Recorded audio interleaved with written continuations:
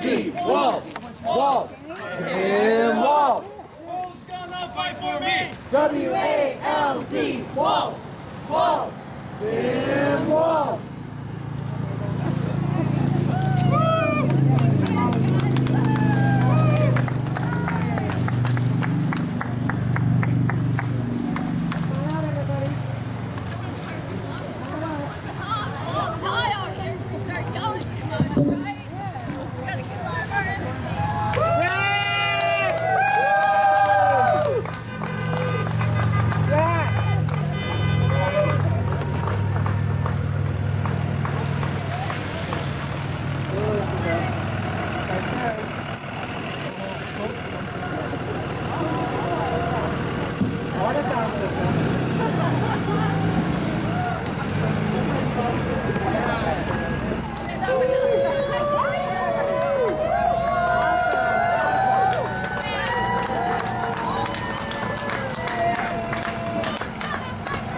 W-A-L-Z, Walz, Walz, Tim Walz.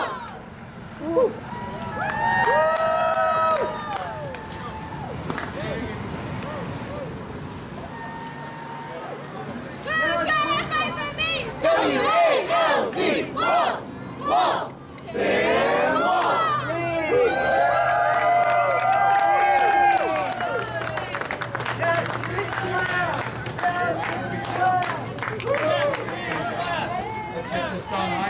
Thank you for being here.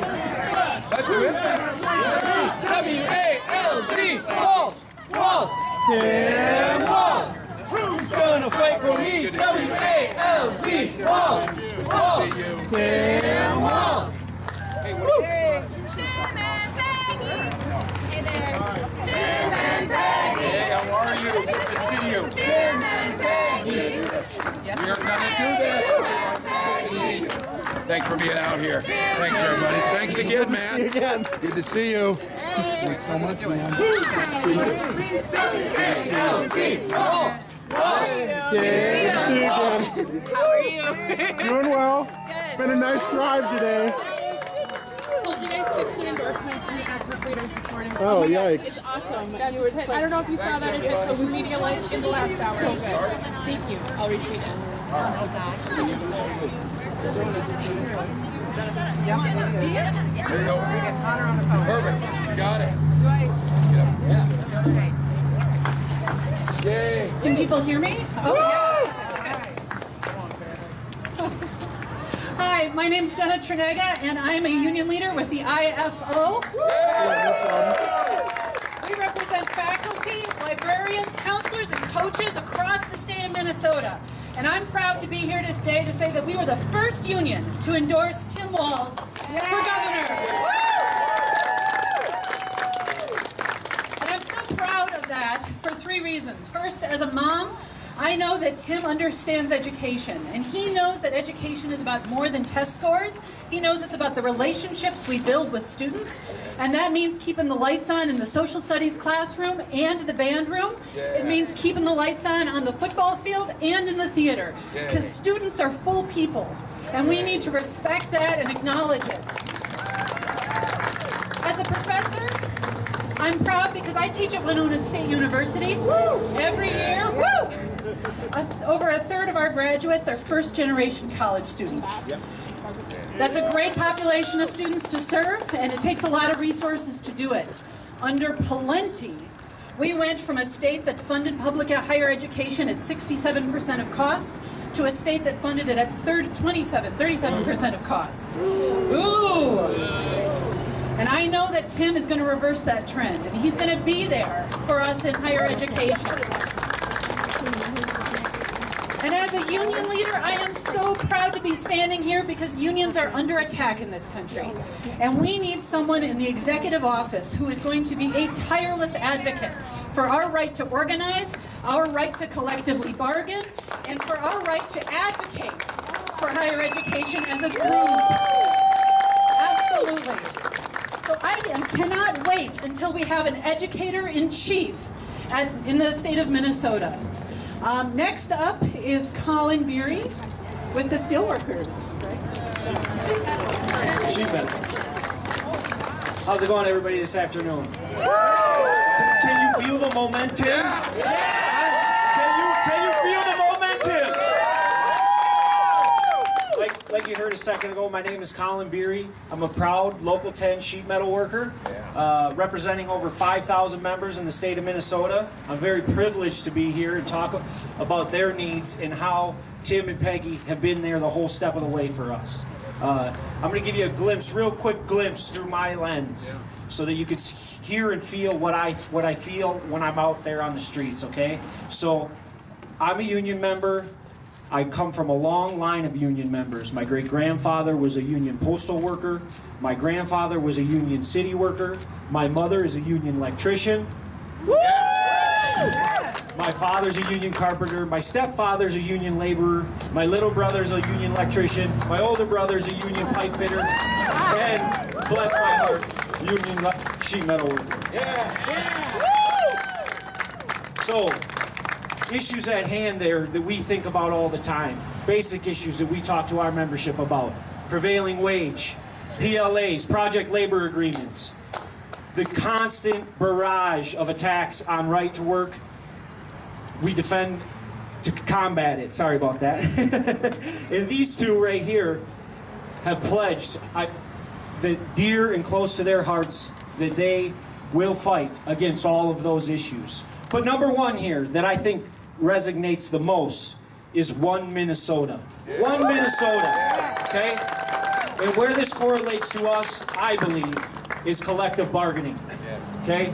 We preach it, we teach it to all of our members how detrimental it is to our organizations, about bringing all of our members together and having a single voice at the table. Now we sit before us, Tim and Peggy, running a campaign on one Minnesota, bringing the whole entire state together to have one voice and fight for all of us. I can't tell you how exciting that is, how aligned that is with our organizations. Now it's my great privilege to introduce the proud, the untamed, the next Lieutenant Governor Peggy Flanagan.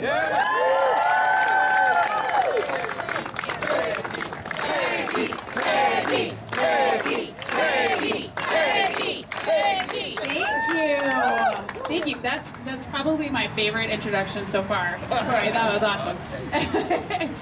Bonjour, my name is Peggy Flanagan. I am a member of the Writers Band of Ojibwe, and my family is the Wolf Clan, and the role of our clan is to ensure that we're not leaving anyone behind, which is why I'm running for Lieutenant Governor with Congressman Tim Walz. And the spirit of not leaving anyone behind is the spirit of one Minnesota, of ensuring that everyone has a voice at the table, everyone is seen, heard, valued, and believed, and that is how we've been trying to run this race together. We have traveled all over the state. Today by bus, right? And we have had thousands of conversations with Minnesotans. And what we hear, no matter where we go, is that people want access, right, to high quality, affordable health care. People want to ensure that education is fully funded, culturally relevant, and that no matter who you are, you have a great opportunity in this state. And finally, folks want to feel safe and included no matter where they live. And those are the things that we've been hearing, and those are the things that we have been talking about every single place we go. Now, Tim and I have spent a lot of time together. We've been running together for almost a year now. This was not a decision that we made the Monday before the convention. This was not a decision we made with less than 24 hours before the filing deadline. We made this decision with Minnesota voters in mind because we wanted to respect those voters so they knew what they were getting in our team, in the Walz Flanagan team.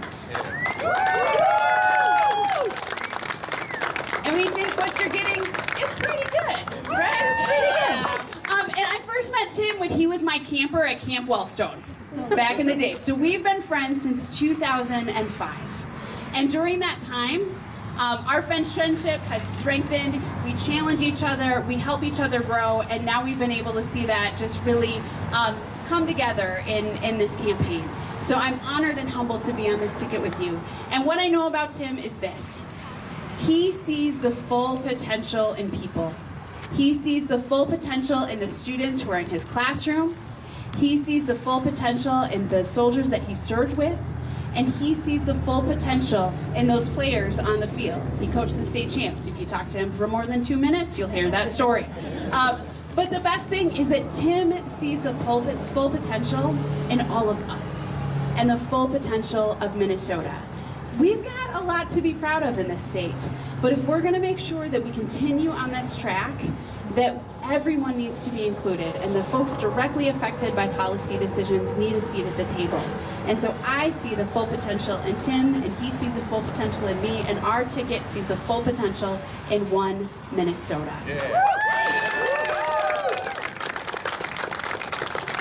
Now, because we've been running together for almost a year, our families have spent a tremendous amount of time together, which is wonderful. I have a 5-year-old daughter, Siobhan, and we've got Gus and Hope who are with us, and the amazing Gwen Walz. And one of the things that has been so wonderful is to watch our children become dear, dear friends. And I can't think of a better role model for my daughter than Hope Walz. My daughter thinks Hope's really cool. And they're able to spend a lot of time together. And so it is my just absolute honor and privilege to introduce to you one of the most wonderful young leaders we have in the state of Minnesota, Hope Walz. Hi. Well, thank you all for coming out. We really appreciate it. I'm Hope. I'm 17 years old. I'm going to be a senior at Mankato West High School this coming fall. And I just wanted to start off by thanking Peggy and her family. Some of my favorite moments during the campaign has been watching Peggy talk and speak and really move people to make a difference. And I have learned so much from her, and you are truly a role model, and my generation is lucky to have someone like you. And I just wanted to start off saying, I have spent many, many, many days on the campaign trail. I heard my dad's stump speech maybe a million times, probably just like all of you. So what I come out of every single stump speech he gives is 3 words: teacher, veteran, football coach. And to me, a teacher is someone who is dedicated to learning, dedicated to making change. A veteran, yeah, I'm gonna clap for that because that's cool, right? Yeah, it's someone who makes sacrifices. I remember when my dad was deployed, my mom always had a little bowl of Hershey's Kisses, and every day I could eat 1 Hershey's Kiss. And once the bowl was empty, that means he was coming home. But my mom had to fill it up a lot of times.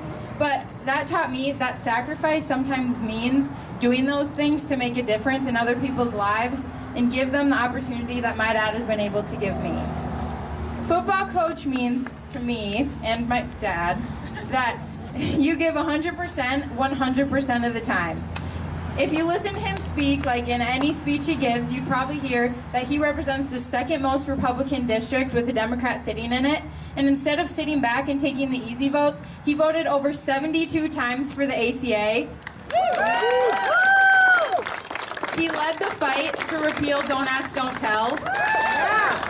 And that's not just anything to him, that's just doing his job.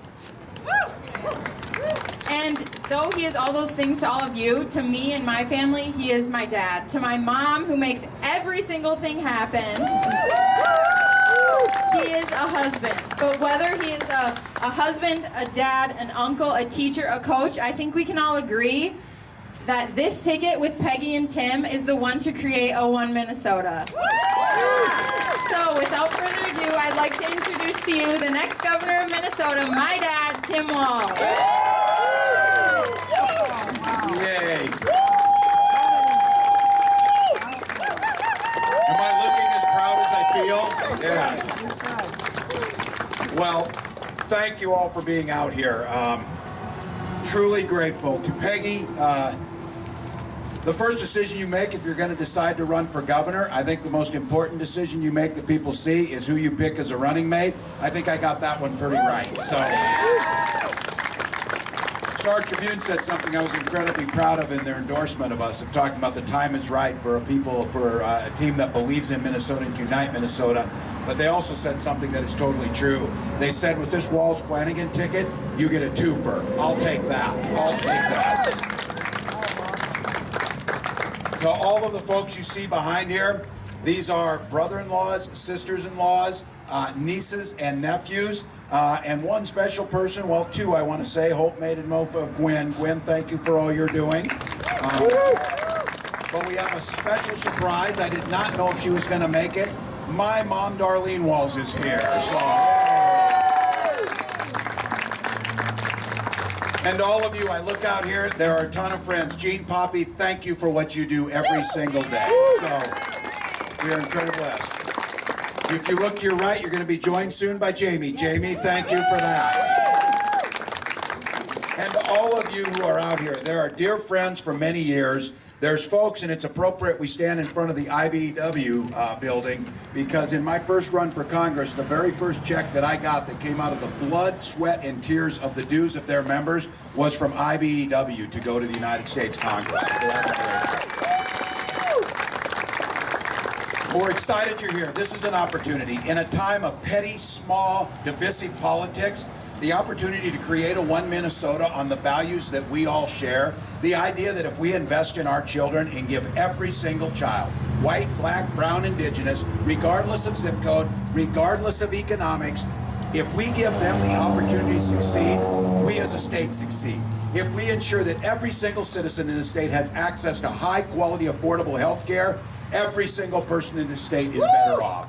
This politics of short-term division to try and build small factions so that you can win elections has divided this country in a way that is harming the very soul of who we are. So what you knew by being out here on a hot Saturday in the summer to rally around, not just to elect a governor and a lieutenant governor, but to make a statement to the rest of the country, the divisive, narrow, dead-end, angry politics that we're seeing out of D.C. end in Minnesota. They end in Minnesota.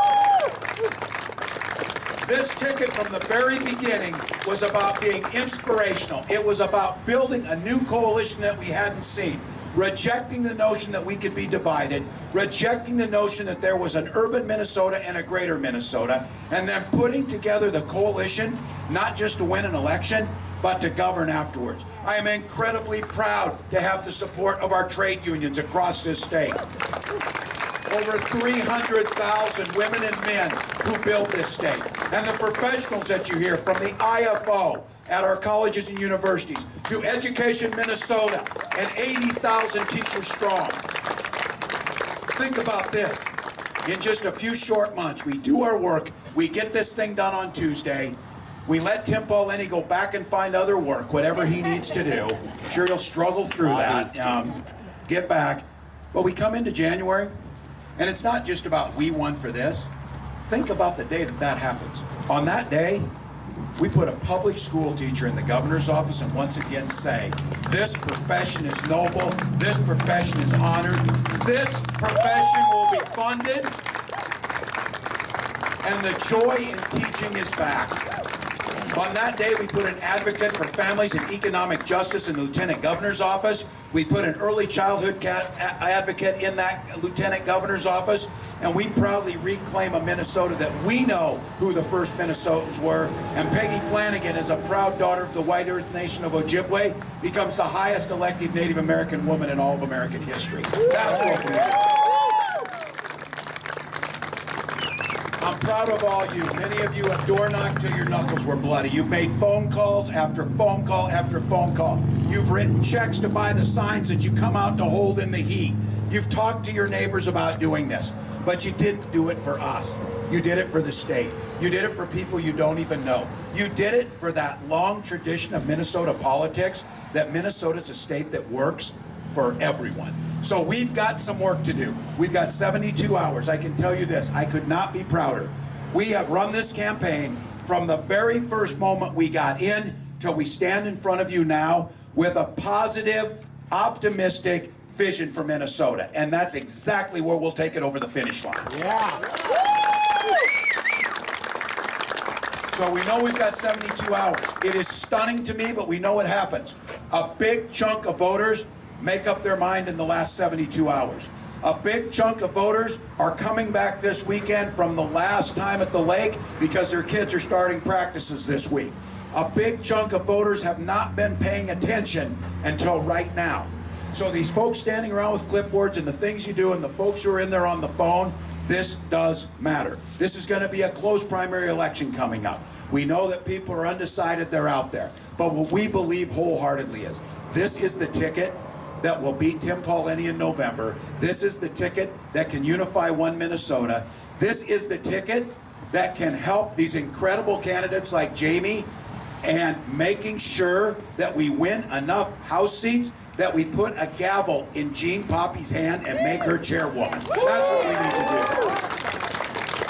do. Because now all of a sudden, all these radical, crazy ideas we have, like they said, what is your bold, what's a radical idea for education? Funding. That's where we'll start for one thing. Funding. Bring back the dignity. Respect our teachers. Make sure the best and brightest are in that school. Make sure they're making the decisions to change our lives and change those classrooms. That's what we can do. Making sure that we never again go back to where our bridges fall down and we bicker about transportation funding. Have the courage to build it. Never again do we allow the great University of Minnesota and our university system across this state to not be funded. And as you heard earlier, shifting the burden of higher education for a better future onto families closes doors and closes opportunity. That's not who Minnesota is. So if we get out there, we get those voters to the polls, we win Tuesday night, we take this campaign into November. During that time, and I think you see it, and Gus did this by chance, I don't know where he ran to. He ran around to. He's got on the shirt with Upper Midwest with one blue island in the middle that says "Don't blame us" on it. That happens to be Minnesota. But it's bigger than that. I'm just not interested in not just becoming Wisconsin. What I'm interested in is to watch the rest of the country look at Minnesota and watch progressive values, optimistic and joyful campaigning, and good policies that improve lives, focused around what you heard Colin talk about, and with all of my labor friends here know, the middle class has been predicated on being collectively bargained labor, and organized labor is at the heart of that. It's time now, not just to have a governor who supports organized labor, but to have an organizer-in-chief in the governor's office, making sure that we continue to make that case. So we're going to ask you to get out there. I'm going to ask you to just for a minute go to that place we don't want to think too far ahead. I know that every time you turn on the TV and you watch the tweets and you watch the nastiness and you watch the divisiveness and you worry about your grandchildren's future, instead of worrying about the future, let's go out between now and Tuesday and start making the future. Let's make Minnesota be the example. Let's make that bright North Star shine. And if we do that, that shirt Gus is wearing is going to start to turn blue all around it. And our neighbors will welcome them back in. Progressive Wisconsin, progressive Iowa, progressive Michigan, progressive Ohio. But it's going to start with people coming out on a Saturday in Minnesota in August to win this primary election. So I thank you all for being here. Peggy and I are eternally grateful. Let's get back together Tuesday night and win this set. Thank you.